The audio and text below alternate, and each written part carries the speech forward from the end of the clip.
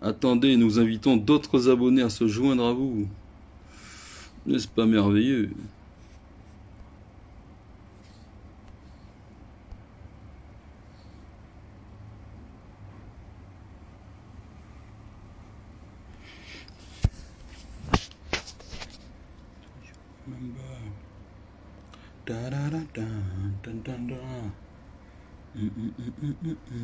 Ah bah il y a Toki.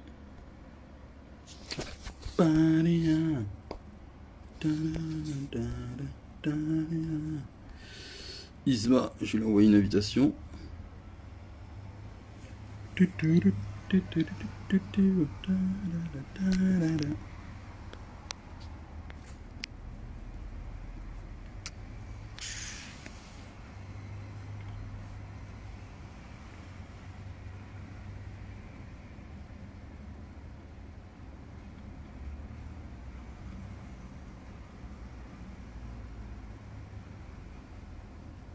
Give me the night.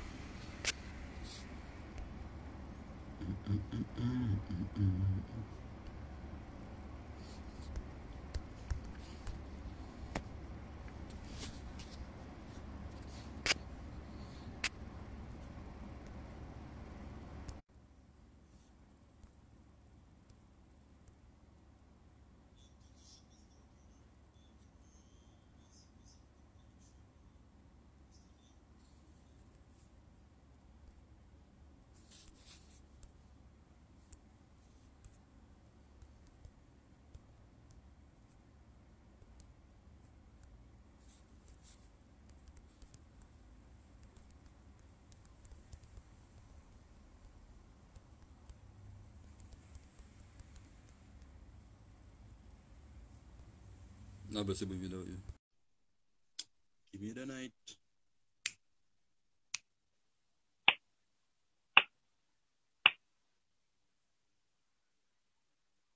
Les gens ils passent mais ils restent pas. Ouais. Salut. Salut. Bon, je suis Salut, désolé, ça. ça risque de couper de temps en temps. Est-ce que c'est bon, tu m'entends? Ouais, c'est bon, je t'entends. Ouais. Ok, nickel. Donc, on va démarrer. Donc, bonsoir, messieurs, dames. Donc, c'est Isma qui est avec Thierry pour la planète Taku et nous sommes accompagnés de Toki.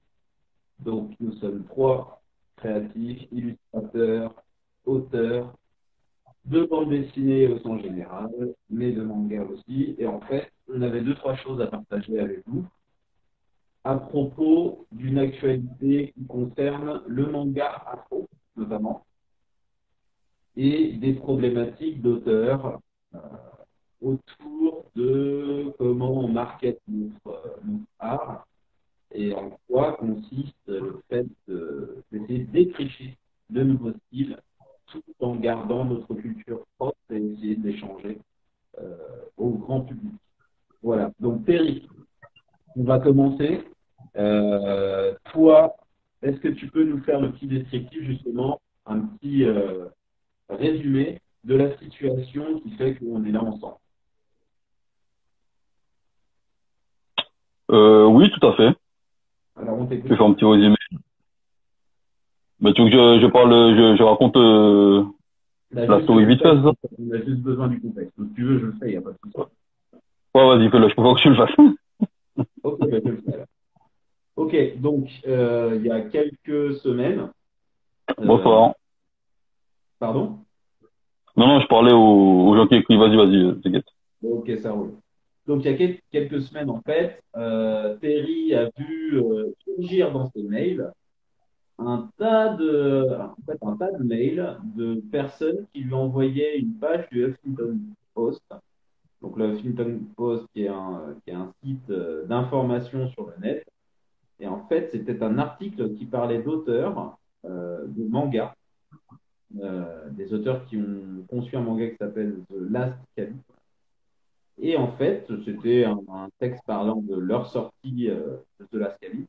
Et en fait, dans ce texte, il y avait beaucoup de choses qui étaient problématiques et c'est ce qui a mis la puce à l'oreille aux gens qui ont contacté Terry, puisque cet article, on parlait de l'afro-manga, de ce qu'était l'afro-manga, et on disait que bah, justement, c'est les auteurs de The Last Chemist qui avaient créé l'afro-manga. Et c'est ce qui avait surpris les gens qui ont lu l'article parce qu'ils connaissaient le travail de Terry notamment, mais aussi d'autres artistes qui bossaient déjà dans du manga à inspiration afro, en fait.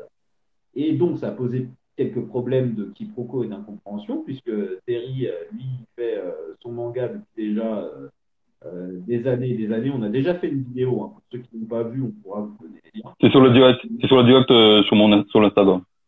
Voilà, elle est sur l'Instagram de Terry, donc pas de problème sur la palette Papy. Donc, forcément, ça a posé problème à Terry, ça a posé problème à quelques auteurs et à quelques passionnés d'illustration de bande dessinée. Et donc, nous, on a décidé à l'époque de faire une petite vidéo histoire de remettre un petit peu les choses à leur place. Voilà, c'est pas du tout quelque chose de destiné aux artistes de The Last Camp en soi, hein, on ne les connaissait pas spécialement. C'est juste par rapport à notre vision du manga, de l'afro-manga et notamment à l'historicité de tout ça. Donc, du coup, on a fait notre vidéo, on était passé un petit peu à autre chose, hein. Et là, il y a quelques jours seulement, il y a eu un autre article qui est paru. Et en gros, Sur France Première, ouais. l'article précédent. Du coup, c'est un problème parce que l'article précédent a déjà été modifié plusieurs fois, justement, parce que Terry a alors contacté le journaliste, enfin la journaliste, qui a modifié hein, les informations qui étaient erronées. Mais c'est chez qui que ça klaxonne de voir? Chez moi, chez moi. C'est un sauvage. On est en Guyane, hein, donc Ah oui, c'est c'est le vrai. mec qui claque. Donc, qu'est-ce que je disais? Donc, du coup, donc, il y a un autre article qui est en paru. Et dans cet article, bah, beaucoup des choses qui avaient été corrigées dans le précédent article, bah, là, en fait, sont réapparues, quoi. Et forcément, ça nous a posé question. Voilà. Voilà pour la petite présentation. Donc, toi, tu voulais dire quelque chose justement par rapport à l'afro-manga en soi, et le fait que toi, tu te concentres plus dans le courant afro-manga. Est-ce que tu peux nous en dire plus? Quand ce sera plus calme. Sur... Ouais, ouais. Donc, tu veux que je te dise ma définition de l'afro-manga, c'est ça? Bah, c'est pas ta définition en soi de l'afro-manga, à moins que ce soit important pour qu'on soit compris. Mais en fait, toi, tu me disais que tu voulais t'émanciper du terme afro-manga. Pourquoi? Oui, voilà, oui, oui. Donc, ouais. Bon, j'attends qu'il ça. Putain, mais comme par hasard, aujourd'hui, il y a un mec qui klaxonne. Alors, oui. Alors, moi, je vous dis, c'est vrai que je t'ai dit que je voulais abandonner le terme d'afro-manga. Oui. Ouais, je sais, t'inquiète, c'est une blagounette, ne prends pas ça au sérieux, je plaisantais. Donc, je disais, concernant le terme afro-manga, j'ai décidé de l'abandonner, parce que pour moi, c'est un terme qui a été, pardonnez-moi l'expression, salopé, parce qu'aujourd'hui, c'est un terme qui est égal, qui équivaut à plagiat, clairement, voilà, plagiat et appropriation. Du coup, j'ai décidé de prendre le terme, la planète Taku ne sera plus un afro-manga, mais dorénavant sera un Amazura. Alors, qu'est-ce qu'un Amazura? Pour la petite anecdote, Amazura, c'est une plateforme sur laquelle sont disponibles de nombreux afro-mangas. Donc, Amazura, donc c'est des Amazura, quoi, sur cette plateforme, qui a été créée par 3 Africains qui sont partis s'installer en Afrique, au Japon, pardon, parce que justement, ils veulent monter une boîte d'édition. et une boîte d'animation également. Leur but est de promouvoir la culture afro dans son ensemble. Et je travaille avec eux depuis 2019. On s'était contacté en 2019 suite à la sortie de mon deuxième tome. Et comme le courant est bien passé avec nous, on a échangé et tout. Donc le terme Amadora, c'est pas moi qui l'ai créé, c'est pas moi qui l'ai inventé, c'est eux. C'est un peu le même principe que c'est une bande dessinée, sauf qu'elle est purement afro. C'est un terme afro. Amadora, c'est un terme afro. Donc c'est un peu dans l'idée, c'est vraiment de faire comme les Américains. Ils ont les comics, l'Europe, enfin plutôt la France et la Belgique à la BD franco-belge. Les Japonais ont le manga. Et du coup, nous, ce sera Amadora, tout simplement. Donc si vous ne connaissez pas, je vous invite à aller voir par la suite ce qu'est Amadora. Vous aurez juste à taper dans Google Amadora, A-M-A-D-I-O-R-A. Je l'ai écrit pour vous dans le chat. Ouais, tu le marqueras en commentaire dans le chat. Ouais, voilà, je marque Amadora dans le terme, dans les commentaires, pardon. Et ouais, voilà, comme ça, vous pouvez les découvrir. Et c'est une occasion de vous faire connaître ces gens-là et de vous faire connaître les différentes œuvres qui existent, les différents Amadora. Donc, à partir de maintenant, ce sera le nouveau terme qu'on emploiera, enfin que personnellement j'emploierai pour parler de mon œuvre et de mon art. J'abandonne l'autre terme. Alors, juste, c'est vrai qu'il y a une chose que j'ai pas rappelée, là tu viens de m'y faire penser, c'est en fait, toi tu veux t'émanciper du terme afro-manga à cause notamment de plagiat. Et c'est vrai que j'ai pas précisé. Mais là, est-ce que tu peux en dire un peu plus par rapport au plagiat ou tu veux que moi j'en parle? Je peux en parler vite fait, après tu vas enchaîner. Pour moi, le plagiat est très grave parce que déjà qu'on n'est pas connu en fait. Là, il va être, c'est un terme qui est lié justement. Qu'est-ce que tu entends par plagiat? Parce que là, les gens à qui on parle. Ah ok, d'accord. Alors pour moi le plagiat, je vais dire c'est quoi, pour moi le plagiat, c'est la récupération d'une œuvre, de l'œuvre d'un artiste qui a déjà créé, il a fait un dessin, une illustration, donc un personnage, on va parler d'un personnage. Et là, tu as un dessinateur qui va juste récupérer le personnage, il va décalquer par-dessus le personnage pour créer un autre personnage. Mais quand il décalque, c'est juste, vraiment, il décalque parce qu'il reprend tous les défauts et tous les concepts du créateur de base. Et comment on connecte un plagiat, c'est très facile. C'est-à-dire que, en général, il y a l'œuvre originale qui est vraiment bien faite. C'est-à-dire que malgré les défauts, l'artiste maîtrise son art. Donc, un œil lambda, ne verra pas la différence, en fait. Ça fera corps. Alors que celui qui va venir plagier derrière, qui va juste décalquer bêtement, il ne va pas comprendre. Comme il ne maîtrise pas l'anatomie, comme le créateur de base, fatalement, lui, il va reprendre les traits, il va replacer des choses, mais ça ne fonctionnera pas. Parce que ce n'est pas le même trait, ce n'est pas le même. Tout à fait. Mais parce que c'est vrai que c'est ce qu'on n'a pas précisé, c'est que depuis, en fait, on a eu en plus des informations plus précises, c'est-à-dire qu'on a des contacts qui sont c'est des spécialistes dans le plagiat, c'est des gens qui, ça fait des années en fait que, par respect pour les auteurs et simplement par rapport aux logiques de loi, font de la veille pour les artistes. Parce que à l'heure d'Internet, en fait, on publie régulièrement notre travail sur Internet. Et sur Internet, en fait, c'est très facile de reprendre ce qu'on poste et se réattribuer de manière différente. Et donc, ces contacts-là sont spécialisés là-dedans. L'autre élément qui est compliqué aussi sur Internet, c'est que c'est tellement grand qu'on peut très bien se faire plagier, c'est-à-dire quelqu'un qui s'inspire. Alors, dans le plagiat, je vais paraphraser ce que disait Terry, mais je vais être un peu plus précis. Donc, le plagiat, c'est des règles légales, quoi. C'est-à-dire qu'il y a des éléments précis qui peuvent prouver que c'est un plagiat. Il y en a d'autres, c'est plus compliqué.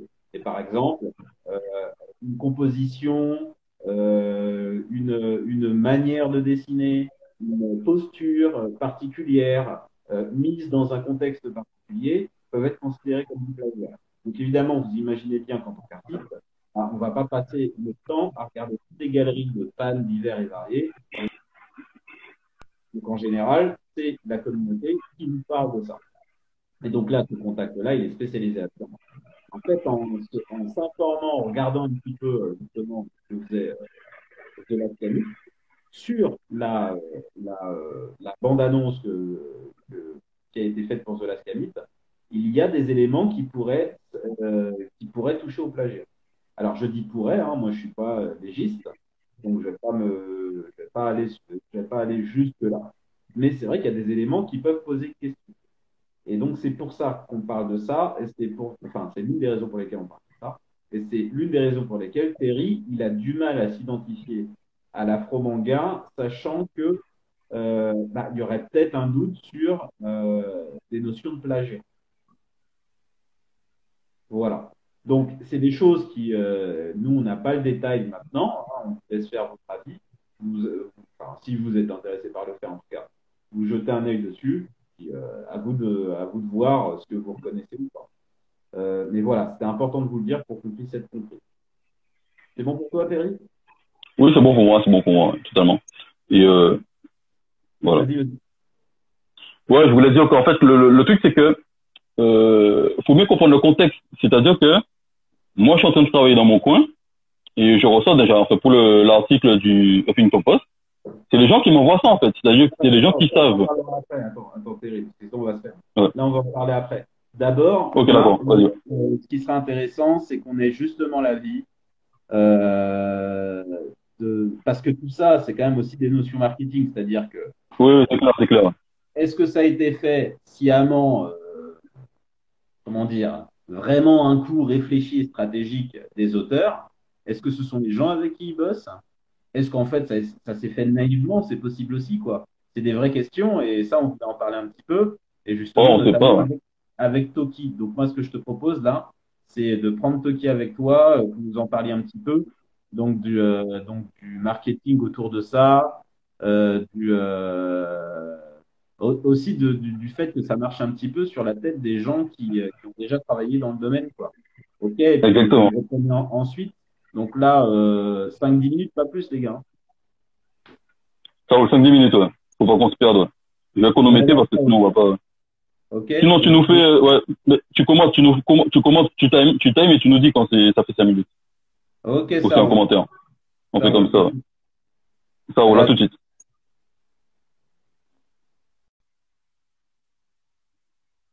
Salut, Kira. J'espère que tu vas bien. Alors, j'ai invité Toki.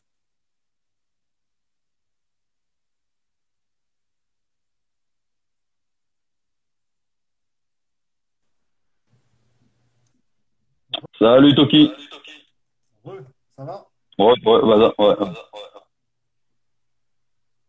Alors, S'exprimer. On a 5 minutes. on a 5 minutes pour s'exprimer sur la notion de plagiat. Voilà.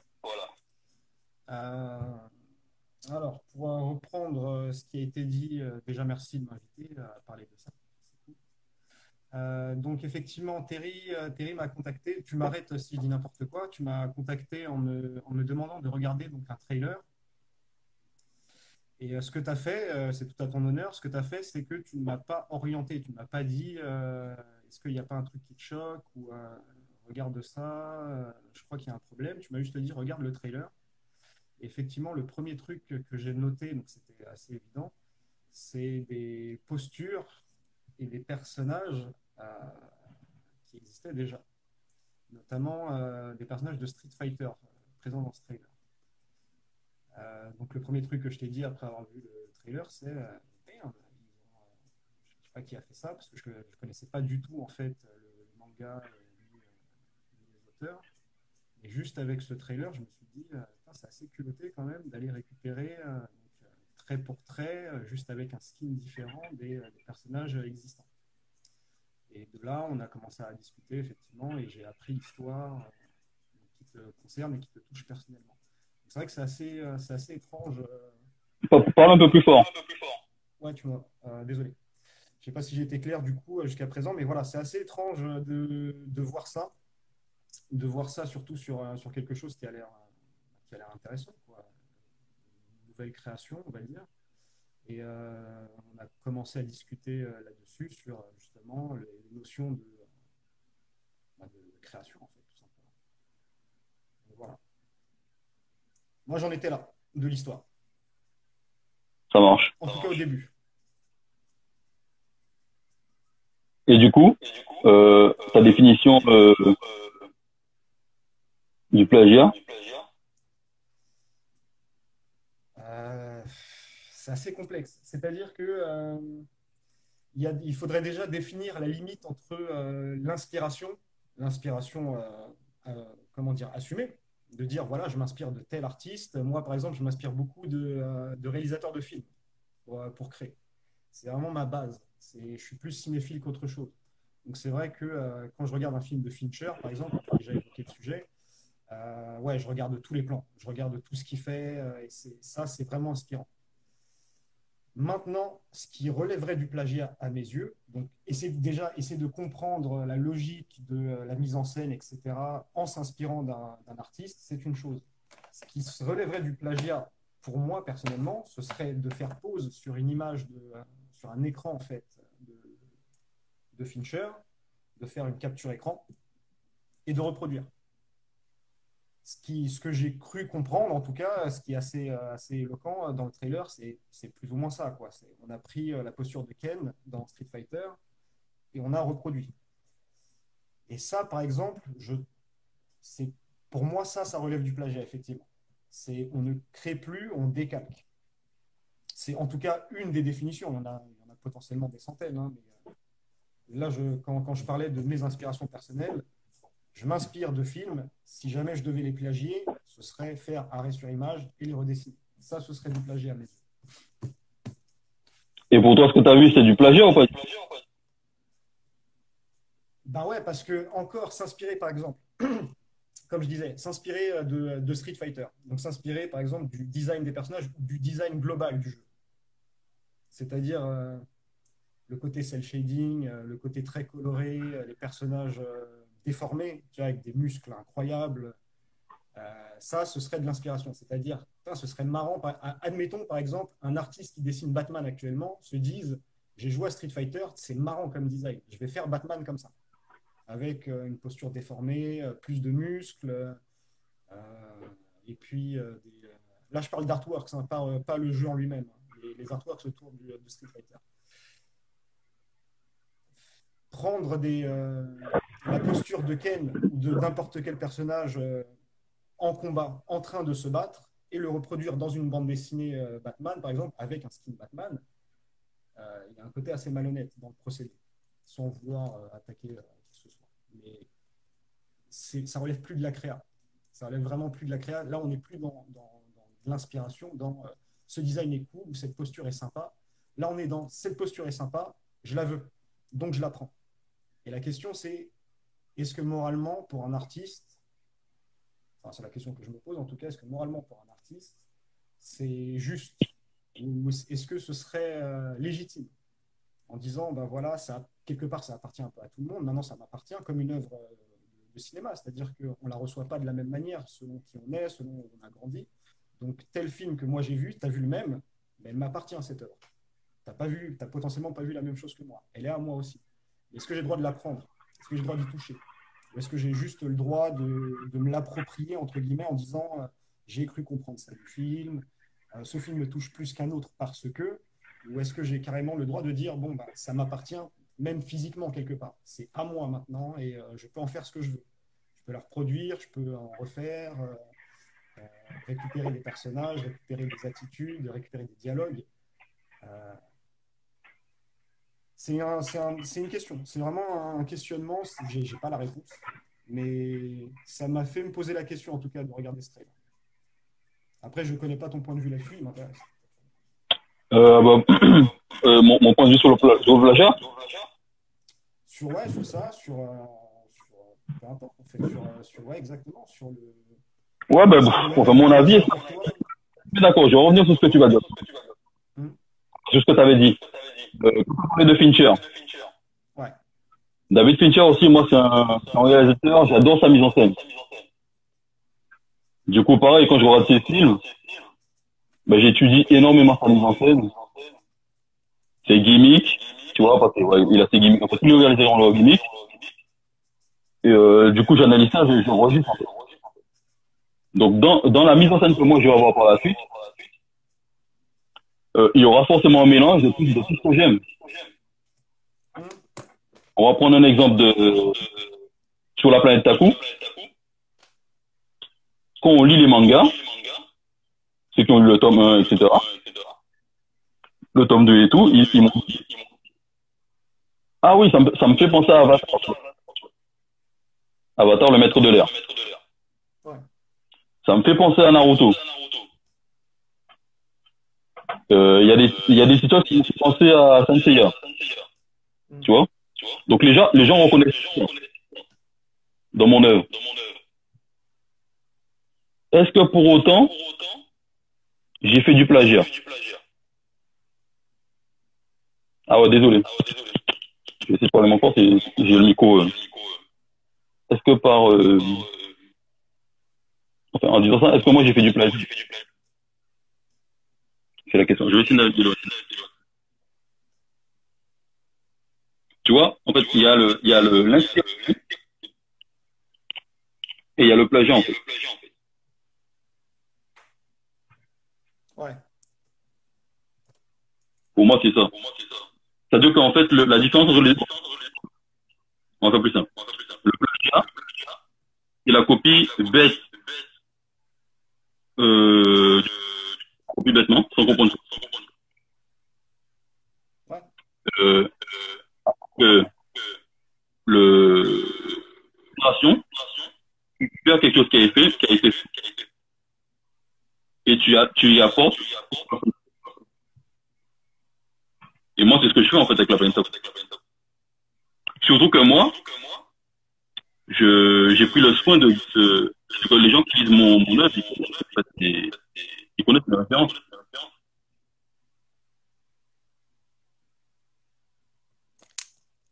tout simplement. Donc voilà. Donc on lit mon manga, on reconnaît en fait, enfin, je pense aux gens, les gens pensent à certaines choses. Ils pensent à Avatar, ils pensent à Naruto, ils pensent au Chevalier du Zodiac. Par exemple, les bombes de Luther, les mercenaires, on n'a pas énormément pensé à ces pires. C'est normal. Ça, c'est normal. Bon, après, je pense qu'on a fini. Faut laisser un peu parler Ismaël. Ouais, Mais tu vois, quand tu dis ça, Isma, par ouais. exemple, moi, ça me fait penser à Hunter x Hunter, où l'auteur dit carrément, oui, je me suis inspiré de Dragon Ball. Mhm. Donc, quand tu lis Hunter x Hunter, tu fais, attends, ça ressemble à Dragon Ball. Pour autant, il y a une vraie différence entre les deux, quoi. Donc, ça, Ah faut ouais, pas il y a oublier. une nuance. Et mais effectivement, l'inspiration, c'est Bah oui. comme ça. Bah Et pareil, du coup, vu que tu parles de Hunter x Hunter, hum, ben, Masashi Kishimoto,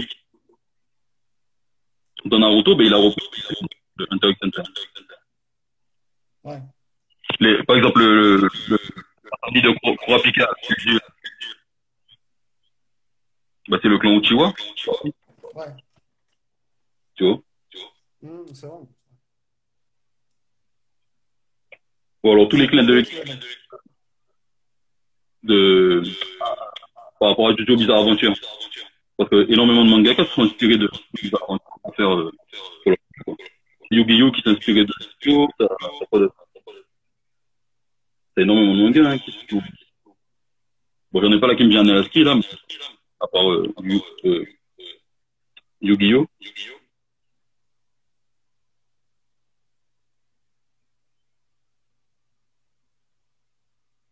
J'aime bien un commentaire qui est assez juste.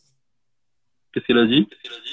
Je ne sais pas si je vais prononcer correctement, mais ceci étant dit, il est vrai que le simple fait que les gens ne font pas référence à ce qui se faisait avant et qu'ils connaissent, c'est complexe. Effectivement, Ah bah quand ouais, tu c'est prends clair. Hunter x Hunter, lui, il le dit ouvertement. Il dit, voilà, effectivement, Ah bah oui, il l'a dit ouvertement, bah oui. l'inspiration. Et c'est vrai que de citer les gens qui sont inspirants, en fait, c'est déjà une preuve d'honnêteté intellectuelle et ça, c'est plutôt juste, plutôt quelque Ouais, chose de totalement. Ouais, je bien. suis d'accord avec ça. Donc je sais pas, je vais pas m'aventurer à prononcer le pseudo ou le vrai nom, mais je suis assez d'accord avec ce qui a été dit. Ouais, ça fait 8 minutes, il m'a Ça marche. Bah, à tout à dit que l'heure. là, vite, et après on te récupère. Ça marche. Ça marche. À tout. Mm.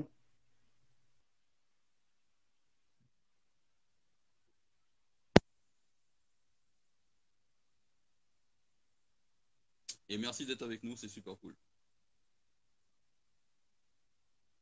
Ouais, faut que je parle moins fort. Éloignez mon micro.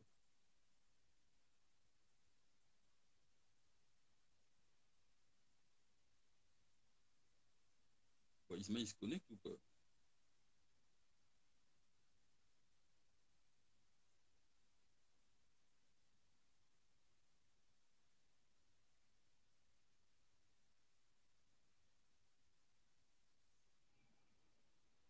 Bon, on a... Ah, ben, il revient là, c'est bon. Yep. Yo! Ah bah c'est bon. Yes, je suis là. Par contre, moi, ça captait très très mal. Donc, si je répète des choses qui ont été dites, tu me stops direct. Hein. Ça roule. Ah, ok.